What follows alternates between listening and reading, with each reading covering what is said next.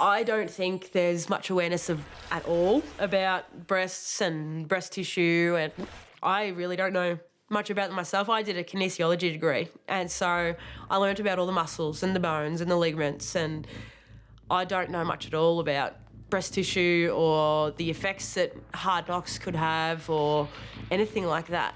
Darby out the back gets hands to it. Playing in the ruck for the AFLW Geelong Cats, Kate Darby has taken plenty of hard knocks. Nice response by the Cats. Not that she's complaining, it's the game. But after she had a baby and was feeding, she was more conscious than ever of protecting her breasts. Front position. Prior to having Ella, I hadn't had any big knocks or issues with my breasts through football or anything like that. Broken ribs was probably the closest it got to any issues in the area, but it was purely just when I started feeding, and I thought it's actually so much more important than what I had thought of before to protect myself. Unfortunately, in female sport, from an athlete point of view, from a coaching and managerial and sporting organisation point of view, and from a sports medicine point of view, there's very poor awareness about how the breast affects female athletes. For the past 20 years, Associate Professor Deirdre McGee has been studying breast biomechanics. She's part of a team investigating the incidence and severity of breast pain and injury across rugby union, league and cricket. There's two types of breast injuries. There's a direct contact injury where you get a blow to the breast. That could be a cricket ball, that could be a knee, that could be a shoulder, that could be you hitting the ground. So that's going to cause pain, swelling and bruising to the breast. And then the other form of injury, which we've known about longer, are frictional injuries where the bra is rubbing on the skin and you tear and chafe the skin.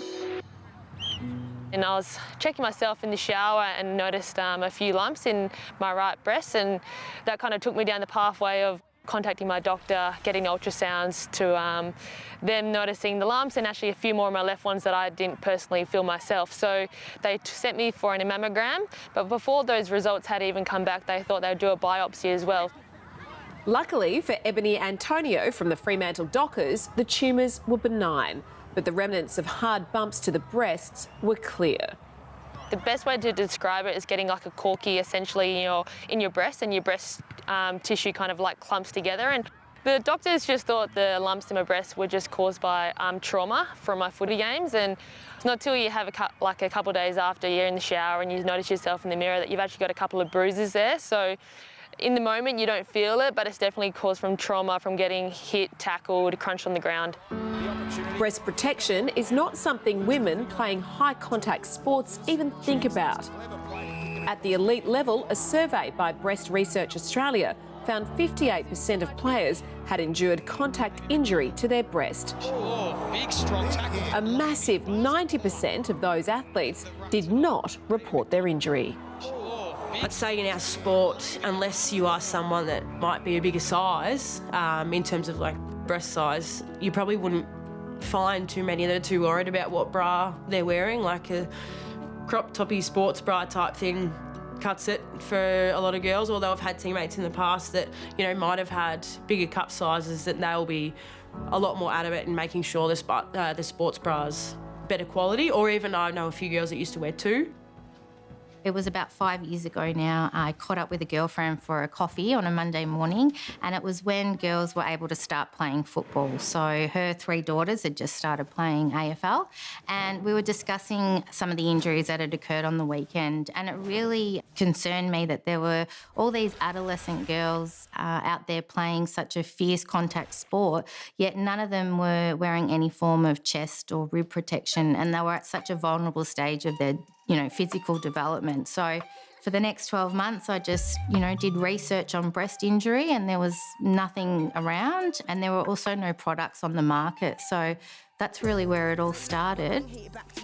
It was that encounter that sent Donna Johnson on a mission to design a sports bra that would give AFLW players the support and protection that was lacking. Now, since wearing the garment for the last couple of years, I've seen more and more girls posting about it on Instagram. I see more girls actually wearing them out on the field, and I think it's going to start more conversations about why these girls are wearing them. And I think it's really important that the younger girls start wearing them at a younger age, because they've got such a pathway now in the AFLW space that they can be playing from their 16 all the way up to their 35. So the less knocks they cop to their breast, the better. The Zena Sports plate is the first step in addressing targeted protection for women playing all sporting codes. Only with dedicated research and collaboration with sporting clubs at all levels will our female athletes get the best protection for a part of their anatomy that has been largely ignored. It was really interesting because at some clubs, male staff members were really active in the conversation, really encouraging the girls to talk about it. And then at other clubs, men sort of stepped out of the room and coaching staff stepped out of the room so we could have this sort of private conversation. So our biggest thing has been trying to just normalise it. It's no different from getting a corky to the thigh or spraining your ankle. It is an injury and it can be treated.